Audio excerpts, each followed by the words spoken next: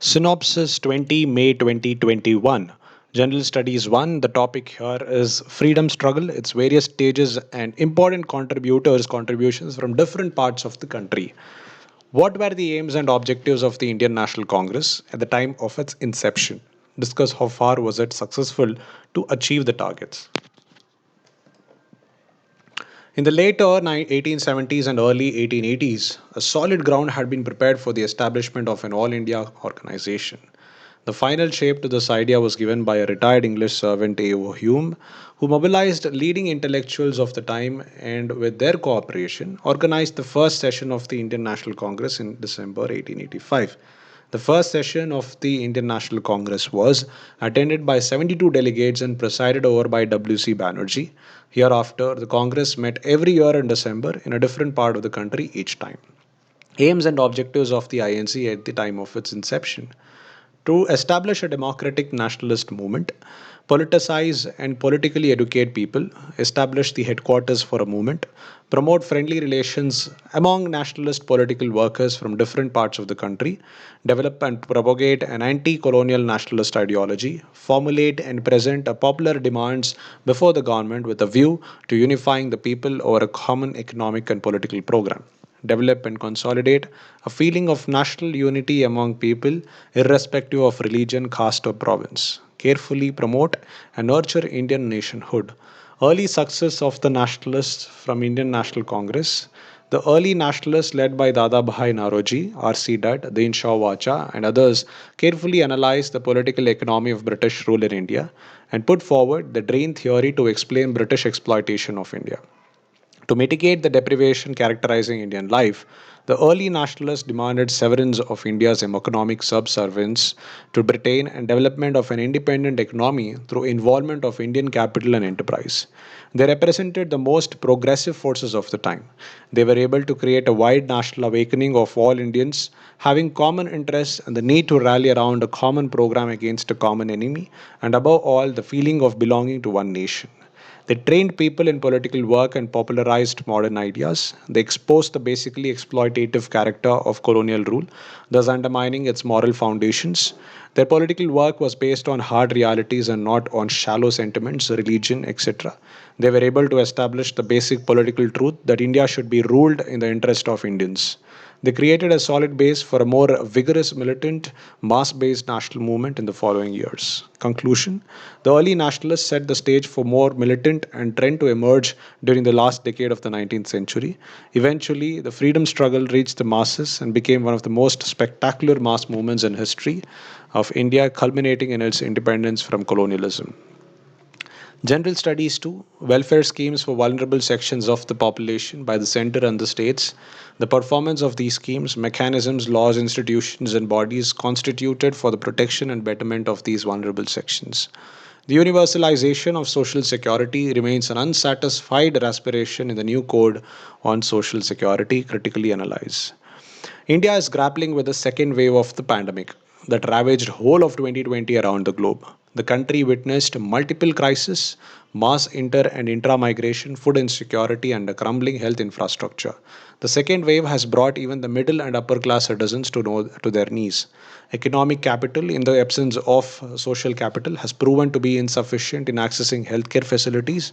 Illness is universal, but healthcare is not. Social Security Code 2020. India's Parliament in September 2020 passed a Social Security Code, SS Code 2020. The Social Security Code 2020 merges existing social security laws and attempts to include informal workers within the ambit of Social Security administration. The Social Security Code 2020 amalgamates and rationalizes the provisions of eight existing central labor laws. Of these acts, Employees Provident Fund, Employee State Insurance, Maternity Benefit, Gratuity are entirely for organized sector workers. This has remained so even in the new scheme of things. For employee state unit insurance, the existing employee threshold has been withdrawn, and now the central government can extend ESI benefits to any organization irrespective of the number of workers employed therein. However, there are areas of ambiguity and overlapping too. What are the issues with the code? It proposes that both the central and state governments will formulate schemes for unorganized workers. The legal framework, as proposed in the Code and Rules, implies that the basic onus lies on informal workers registering as beneficiaries. Registration is a prerequisite for universal coverage. To avail Social Security, an informal worker must register herself on the specified online portal to be developed by the central government. Similar provisions are already there in existing Social Security schemes run by state governments under the Unorganized Workers Social Security Act 2008. Still, a large number of informal workers are outside the ambit of any social security even after 13 years. The absence of definite and unambiguous provisions in the present code would further complicate the achievement of universal registration. Also, experience shows that there is an awful lack of awareness among informal workers regarding social security schemes. Online registration places a further challenge as most informal workers lack digital literacy and connectivity. Under the SS code, the provision of maternity benefit has not been made universal. Maternity benefit is presently applicable for establishments employing 10 workers or more. Let's have a look at the need for a social security. We have seen an example of a universal healthcare program that India ran successfully, the Pulse Polio Universal Immunization Program. In 2014, India was declared polio free. It took a dedicated effort over a number of years. With the advancements in technology and knowledge, a universal coverage of social welfare is possible in a short time frame. Having a universal system would improve the ease of application by consolidating the data of all eligible beneficiaries under one database. It can also it can uh, it can also reduce exclusion errors. The Pradhan Mantri Garib Kalyan Yojana is one scheme that can be strengthened into universal social security. It already consolidates the public distribution system, the provision of gas cylinders and wages for the Manregas. Having a universal scheme would take away this access exclusion barrier. For example, PDS can be linked to a universal identification card, such as the Aadhaar or voter card, in the absence of a ration card. This would allow anyone who is in need of food grains to access these schemes. It would be especially useful for migrant populations. Making other schemes of welfare provisions like education, maternity benefits, disability benefits, etc., also universal would ensure a better standard of living for the people. The implementation of any of these ideas is only possible through a focus on data digitization, data driven decision making, and collaboration across government departments. Conclusion: to ensure some of these issues are addressed, we need to map the state and central schemes in a consolidated manner. This is to avoid duplication, inclusion, and exclusion errors in welfare delivery. Alongside, a study to understand costs of welfare access for vulnerable groups can be conducted. This will help give a targeted way forward. Let's have a look at the topic. The next topic: Parliament and state legislature structure, functioning, conduct of business, powers and privileges, issues arising out of these. What is the rationale for creation of state legislative councils? Discuss the criticism leveled against state legislative councils. The power of abolition and creation of the state legislative council is vested in Parliament of India as per Article 169. To create or abolish a state legislative council, the state legislative assembly must pass a resolution which must be supported by majority of the strength of the house and two-third majority of the present and voting. Rationale for creation of state legislative councils: the constituent assembly was divided on having a second chamber in the states. It was argued that a second house can help check hasty actions by the directly elected house and also enable non-elected persons to contribute to the legislative process, to allow leaders, professors, and other people who shy from elections to participate in legislative process, to formulate better and detailed discussion legislation. Upper house consisting of graduates, teachers, outstanding persons in the field of art, literature, science, and social work, checkmate the radicalism of the lower house. Having a second chamber would allow for more debate and sharing of work between the houses. Criticism leveled against state legislative council: superfluous. If a majority of the members in the upper house belong to the same party which holds majority in the lower house, the upper house will become a mere ditto chamber. On the other hand, if two different parties are in majority, the upper house will delay the bills for months unnecessarily. Thus, its role may become nasty and obstructive, not an effective check. Powers of the legislative councils are limited and hardly impose any effective check on the assemblies. Whether a bill is approved by the council or not, assembly can still go ahead after 4 months. Vested interest: legislative council serves only as stronghold of vested interests of people who are not interested in legislation. Instead, they may block such legislation initiated by popularly elected legislative assembly. Backdoor entrance of the defeated members: legislative council can be utilized to accommodate discredited partymen who may not be returned to the assemblies. Expensive: it is expensive and a big drain on the state's exchequer. Conclusion: second chambers in our states have proved to be ornamental, which is a burden on public money. The members of the Legislative Council also owe allegiance to one party or the other and eventually act according to the dictates of a party to which they belong. The provisions of the law for councils to have seats for graduates and teachers should be reviewed. Legislative Council should be a responsible body that can also form their part in policies and programs for the development of states. General Studies 3: Disaster and Disaster Management. Accurate forecasts and resilience building are quintessential in handling severe cyclones. Elucidate. Cyclone Taukte hit western coast recently. Over 16,000 houses were damaged, more than 40,000 trees and over 70,000 electric poles uprooted, while 5,951 villages faced total power blackout due to the cyclonic storm in Gujarat. Many ONGC employees lost lives in Maharashtra. Need for accurate forecast. Last year, the Indian Meteorological Department launched an impact-based cyclone warning system from the October to December season designed to reduce economic losses by focusing on districts and specific locations and incorporating such factors as population, infrastructure, land use, and settlements.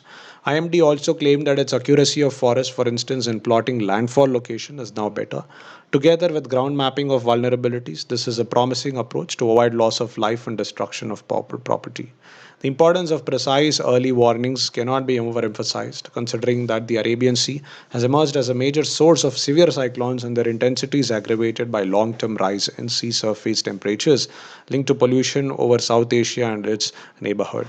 Climate proofing lives and dwellings is a high priority now, a task that warrants a multi sectoral approach to build sturdy homes of suitable design, create adequate storm shelters, provide accurate early warnings, and ensure financial protection against calamities through insurance of property and assets.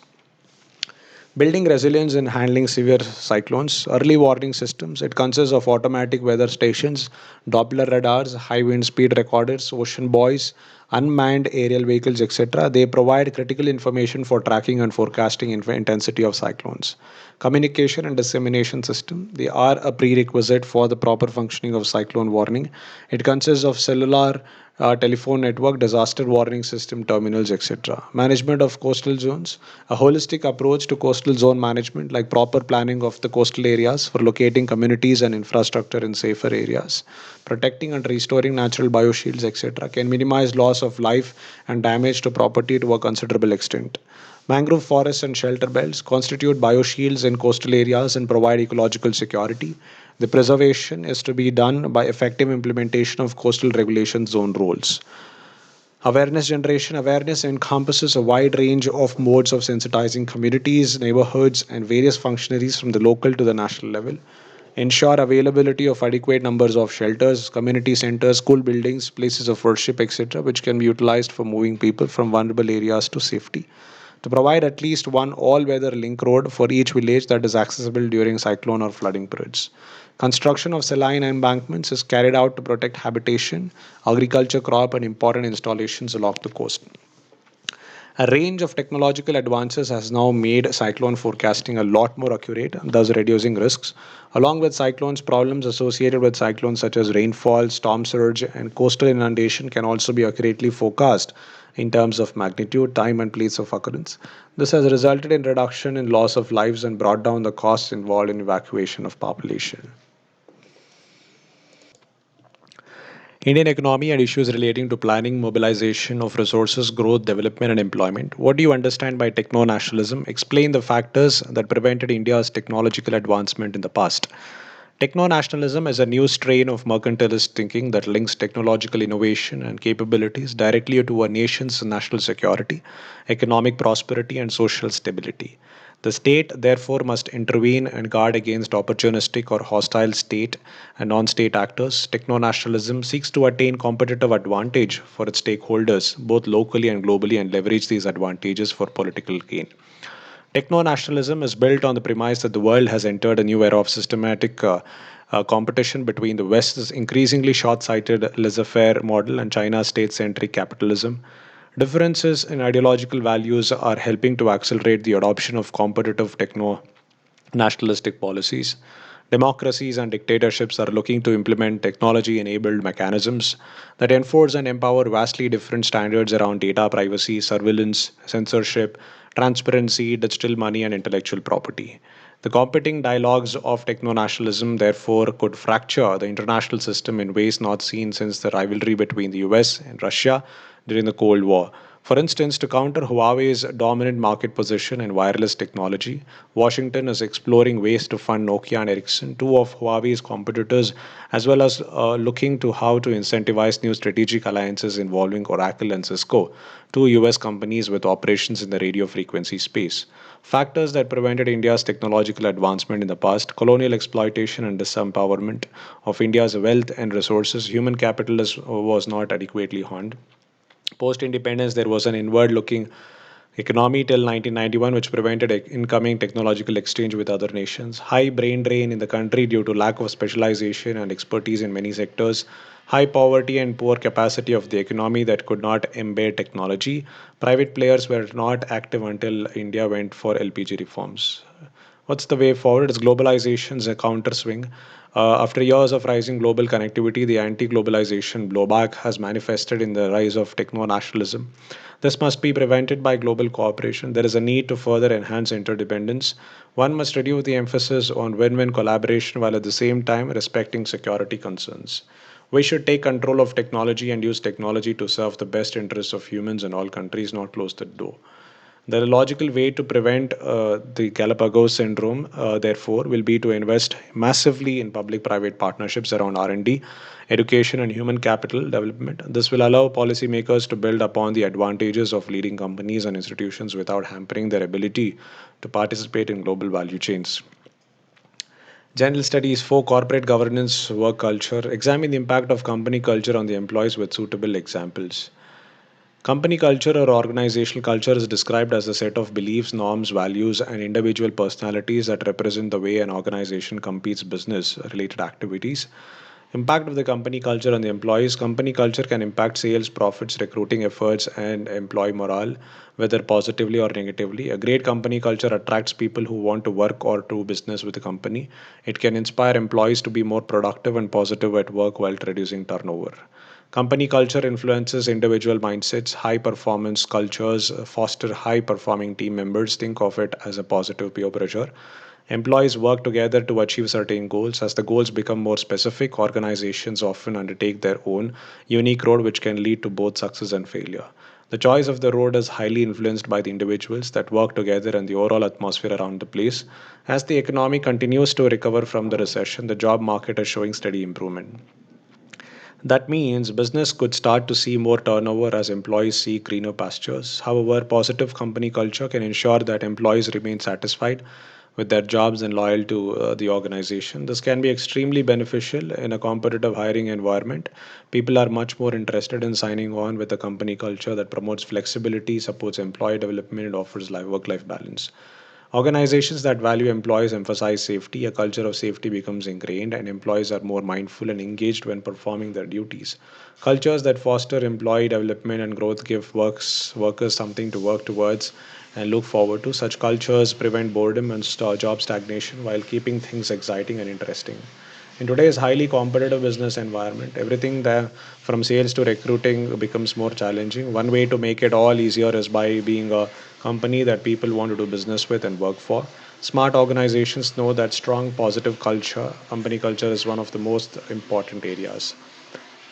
Public civil service values and ethics in public administration, status and problems, ethical concerns and dilemmas in government and private institutions, laws, rules, regulations, and conscience as a source of ethical guidance, accountability, and ethical governance, a strengthening of ethical and moral values in governance, ethical issues in international relations, and funding corporate cons. What are the consequences of politicization of bureaucracy?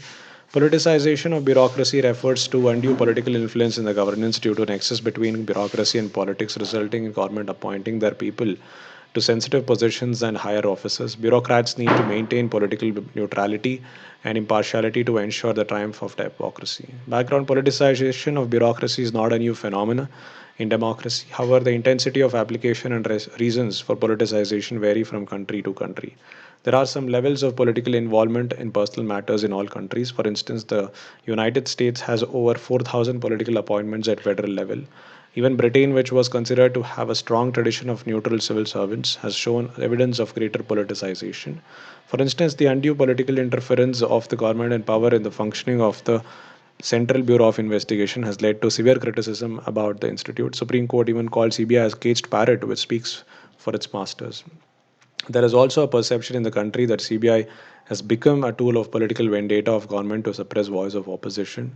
Consequences of politicization of bureaucracy. In each government service, there are various fractions based on language, religion, caste, and religion. To gain promotion and perks for their faction, they would bend to the wills of politicians. There will be more secrecy in official functioning.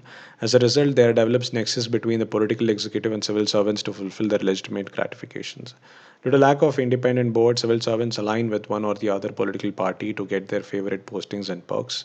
Transfers have been used as instruments of reward and punishment, as tools for controlling and taming the bureaucracy. There is no transparency, and in the public mind, thereafter, a short stay is categorized as a stigma. Some civil servants are deeply involved in partisan politics. They are preoccupied with it, penetrated by it, and now participate individually and collectively in it. Over the years, whatever virtues the IAS possessed, integrity, political neutrality, courage, and high moral, are showing signs of decay. As a civil servant, one has the responsibility towards public and must adhere to constitutional principles, keeping his conscience intact. His primary job is to perform nishkama karma, selfless and desireless duty. Independent civil services board should be set up as a directed by the Supreme Court to take care of all service matters with objectivity and independently of political consideration.